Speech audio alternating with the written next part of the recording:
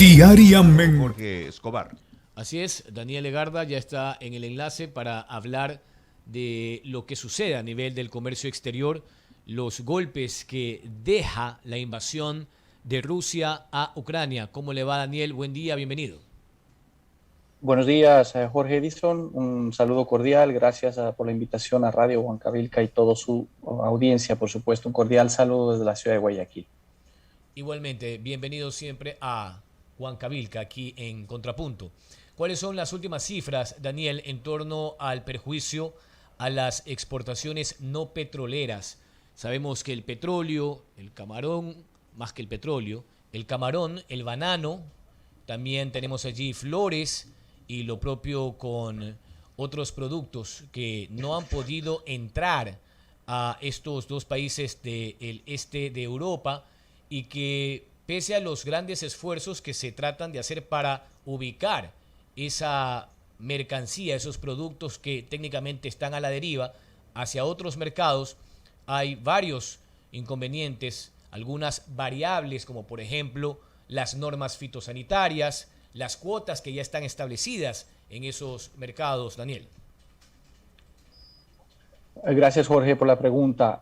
Hasta el momento, la evaluación que nos basa en función de las cifras también de los sectores, porque son los sectores quienes tienen las cifras al día, ¿no? Las cifras oficiales del comercio exterior tienen siempre un retraso de lo que está pasando con 1 o 2 meses.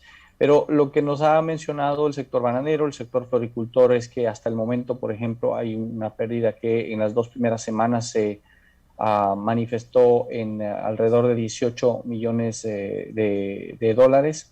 Esto lógicamente se va acumulando al momento que estamos conversando, ya es mayor seguramente esa cifra, pero es algo que se tiene que un poco evaluar, ¿no? De todas maneras, el impacto global es algo que lo estamos monitoreando día a día, pues se mantiene una incertidumbre muy grande. Hay embarques que logran salir con mucho esfuerzo, otros que no, definitivamente, porque las navieras no están realizando ese servicio. De plano, lo que tiene que ver con carga aérea está totalmente cerrado al momento. Entonces, hay una evaluación que se realiza de esto de manera constante para tener un impacto global. Las cifras totales de exportaciones ecuatorianas al mercado entre Rusia y Ucrania superan los 1.200 millones de dólares, de esos 70%, un poquito más, es banano, le sigue el sector floricultor y después tenemos el sector de camarón, café en menor medida y otros.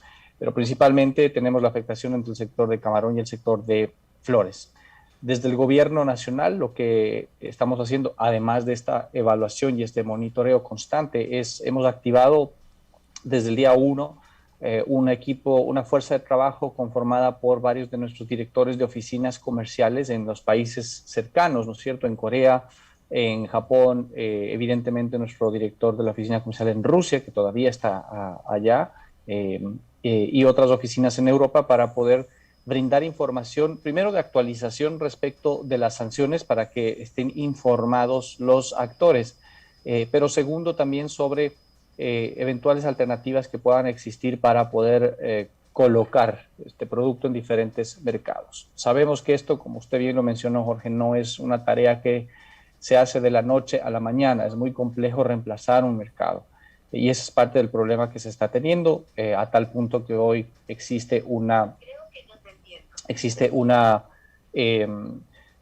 exceso de oferta en el banano del país. Y por eso la decisión que se ha tomado entre productores y exportadores, la primera decisión y la más importante es la de lograr de alguna forma equiparar un poco esa oferta de fruta que existe, ¿no es cierto?, cortando algunas plantas.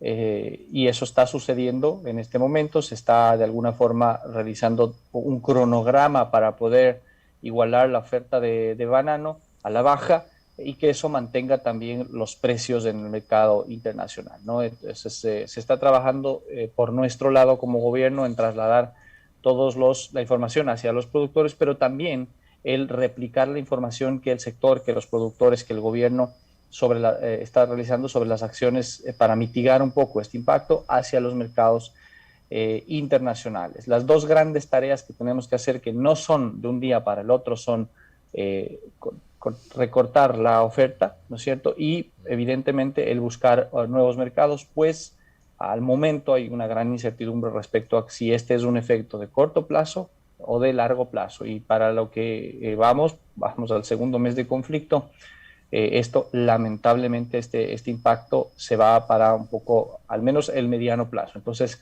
las alternativas tienen que ser en ese sentido y eso implica búsqueda de nuevos mercados y con eso también la agenda comercial que entra a jugar sobre nuevos acuerdos comerciales. Y finalmente, el tercer aspecto es las medidas que se están buscando de corto plazo para poder ayudar a acompañar al sector sobre los impactos que ha tenido, ¿no? Por ejemplo, se exploran facilidades en ese sentido en ciertos pagos que se puedan realizar. Se explora también acelerar la devolución del IVA para algunos actores en las diferentes cadenas.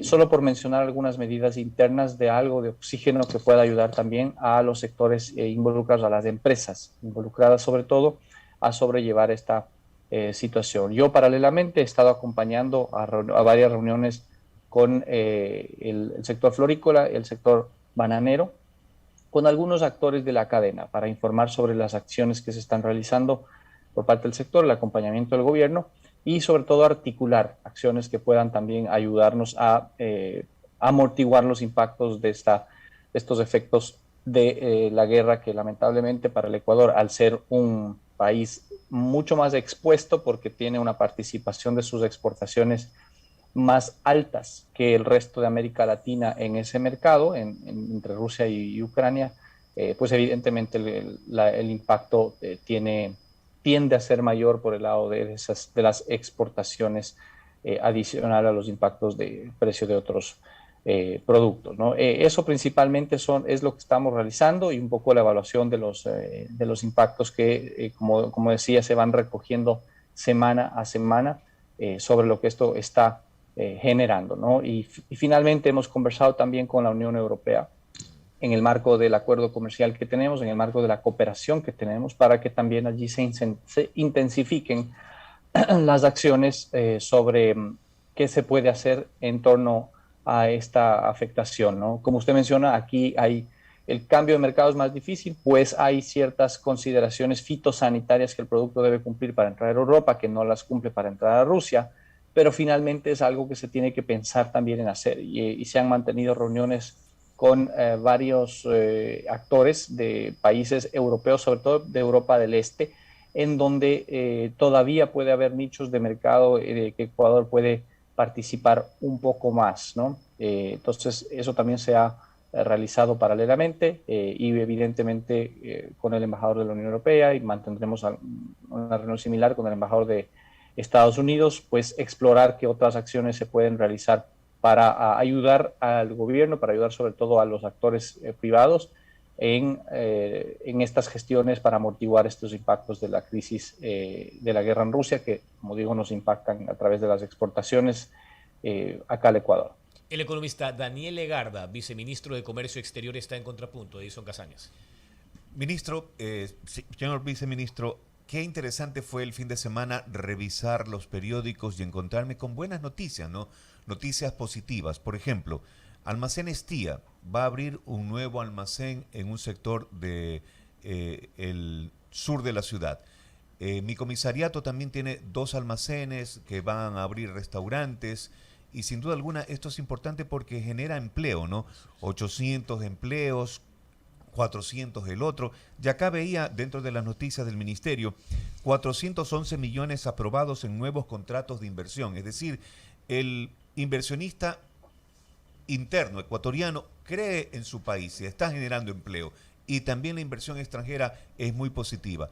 Hubiese sido maravilloso, según los entendidos, si esta ley de inversiones se hubiese aprobado en la Asamblea Nacional.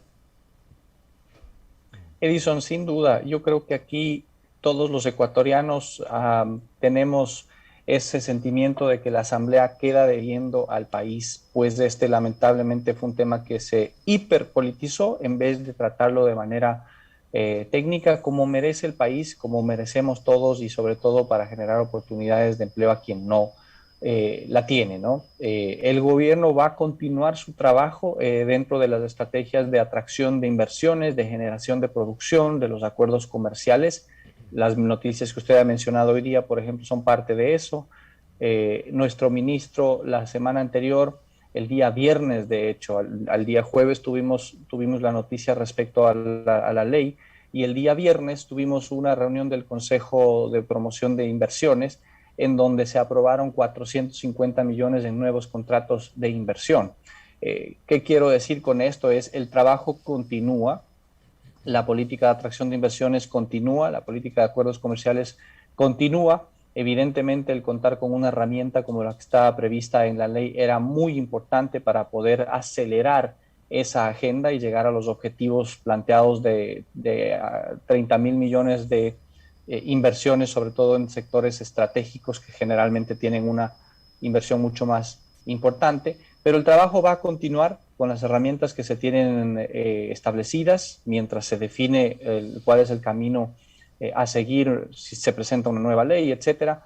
Pero nosotros tenemos que seguir y este es un espacio importante para informarle a la ciudadanía que el gobierno nacional, a este ministerio en particular, continúa empujando todas las herramientas y toda la actividad relacionada con esta promoción. De hecho, ahí está planteado algunas giras para promover la inversión internacional también en los próximos meses, por ejemplo, en Estados Unidos, que estaba pendiente. El ministro ha estado hace poco también en Chile, hemos estado en República Dominicana, nuestra viceministra de Promoción ha estado también en Dubái con una invitación de la Cámara de Comercio allá. Entonces, son todos espacios para seguir promoviendo la agenda de lo que está realizando el Ecuador. Y ese trabajo va a continuar, pues tenemos un objetivo muy importante que es generar más empleos para todos los ecuatorianos, sobre todo aquellos que están en mayor situación de vulnerabilidad, que no tienen un empleo adecuado y que necesitan buscarlo a través de la inversión. No es suficiente lo que tenemos actualmente, hay que generar más inversión nacional e internacional y hay que insertarnos más al mundo para que esos objetivos de empleo sostenible, de una economía mucho más sostenible en el tiempo, se puedan cumplir para mejorar, para mejores días de todos nosotros en el futuro. Son las 7 de la mañana con 21 minutos. El economista Daniel Legarda, viceministro de Comercio Exterior, está aquí en Contrapunto. Economista, hay otros detalles. Por ejemplo, hace poco cuando conversábamos con el presidente en el Palacio de Gobierno, hablaba de alternativas que se enfocaban hacia China o Corea del Sur. Sin embargo, en el caso puntual de China hay un arancel del 10%, es decir, un costo operativo que no estaría contemplado quizás para estos operadores del comercio exterior que tienen que ver hacia dónde llevan su producto. Y también lo otro es el alto costo de los fletes hacia el gigante asiático. Un promedio de $5.000 o hasta 7.000 costaba hasta, no sé, hace unos 6 o 8 meses, pero acuérdense que en medio de la pandemia se denunciaba que esos valores se habían disparado incluso a 15 y hasta $18.000. Es decir, un incremento exponencial seguramente inmanejable para el comercio exterior. ¿Cómo piensan abordar esa alternativa en el caso de China? Pues la idea es solucionar al paso, porque los cargamentos siguen a la deriva en medio del océano. Jorge, es una excelente pregunta. Primero, las soluciones de cortísimo plazo son muy complicadas, evidentemente, pero esto lo que nos pone sobre la mesa es la necesidad de profundizar las gestiones que se están realizando para la apertura de nuevos mercados, como son, por ejemplo, China y Corea justamente. Y en ese campo hay buenas noticias, aunque no puedan ser inmediatas, como decía, pero sí hay buenas noticias, pues en el mes de abril ahora estamos iniciando negociaciones comerciales ya en la práctica, o sea, ya en la mesa, con China y con Corea del Sur que se están retomando justamente. Esto lo hemos dado a conocer hace semanas atrás. De hecho, estamos a nivel nacional profundizando un poquito la agenda de promoción comercial sobre los acuerdos comerciales y la difusión de los dos procesos que se van a abrir de manera ya inmediata, que son Corea del Sur y China, para compartir con la ciudadanía, Ayer hemos estado en la ciudad de Manta, hoy estamos en la ciudad de Guayaquil, estaremos también en Cuenca, en Ambato y en otras ciudades del país para difundir sobre esta agenda, difundir sobre sus beneficios, recoger también aquellos temas de preocupación que son legítimos que puedan existir y con eso enriquecer la posición negociadora del país. Pero estamos ya iniciando esas negociaciones con China y Corea del Sur, que son evidentemente dos mercados hacia donde el día de mañana se puede redirigir parte de la oferta exportable del país que se estaba yendo a Rusia y otra oferta exportable que tiene mucha oportunidad en estos dos mercados en particular. Esas son buenas noticias que, insisto, no son de corto plazo, estamos conscientes de eso, pero que de alguna forma nos van a ayudar también a pensar en cómo reorientamos las estrategias comerciales ya desde las empresas en el mediano plazo para saber que esos mercados se van a reaperturar y que necesitamos un poco ajustarnos a esa realidad para poder compensar un poco las pérdidas que se van a generar por el lado de Rusia, pero las oportunidades que se van a abrir por el lado de Rusia y, por el lado de China y por el lado de Corea del Sur, ¿no? Adicionalmente, seguimos en varias gestiones para aperturar otras negociaciones comerciales. Esos dos mercados en particular son amplios y grandes para estos segmentos en particular, para estos productos en particular. Hablo de camarón, por ejemplo, de banano y de flores. Tenemos otros también en ruta, no del tamaño que representa China, evidentemente, pero que igualmente vamos a gestionarlos. Por ejemplo, Japón es algo que está también en la agenda comercial.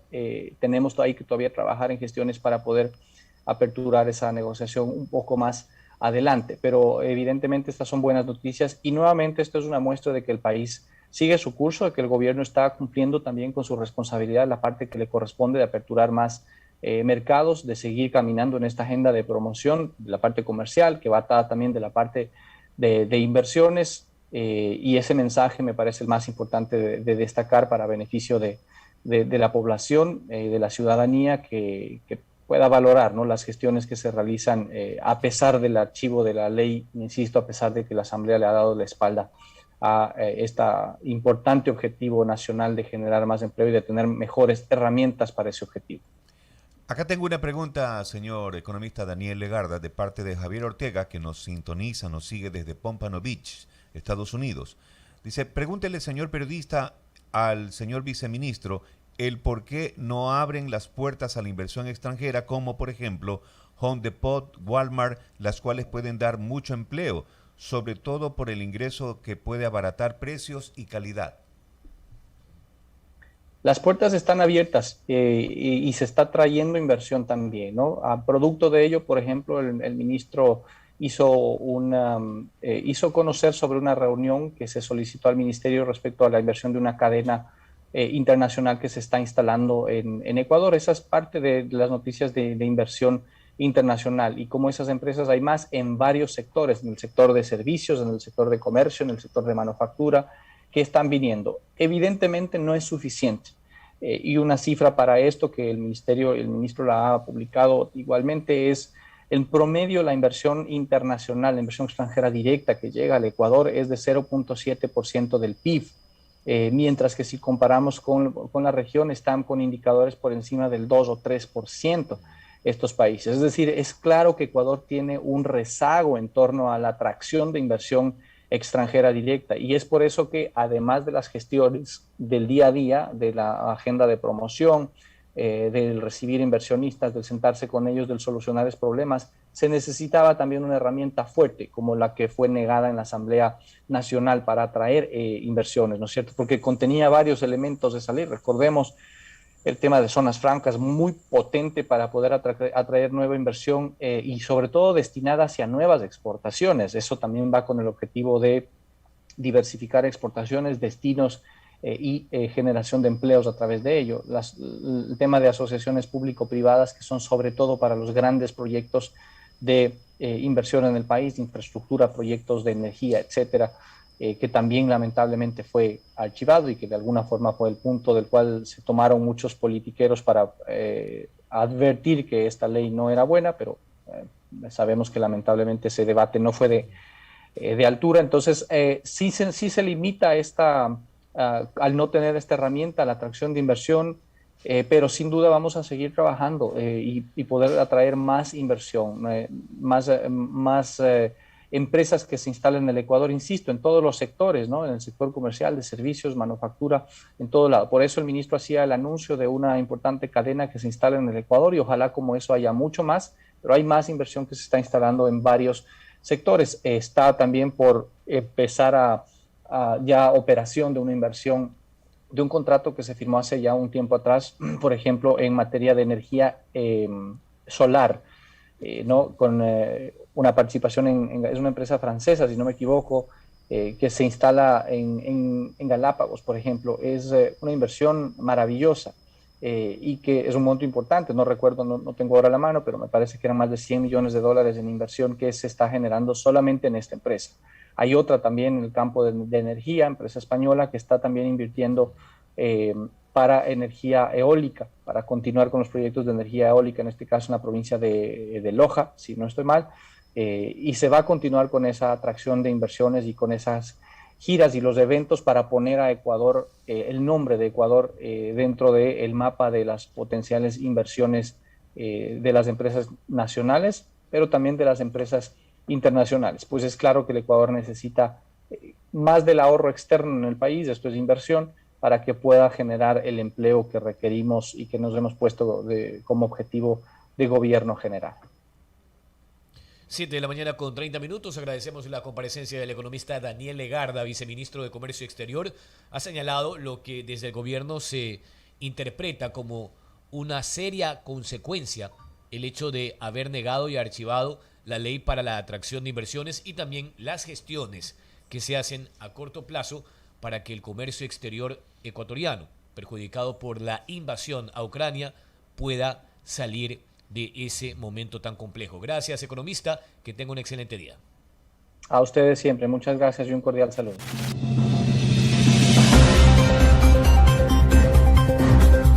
Diaria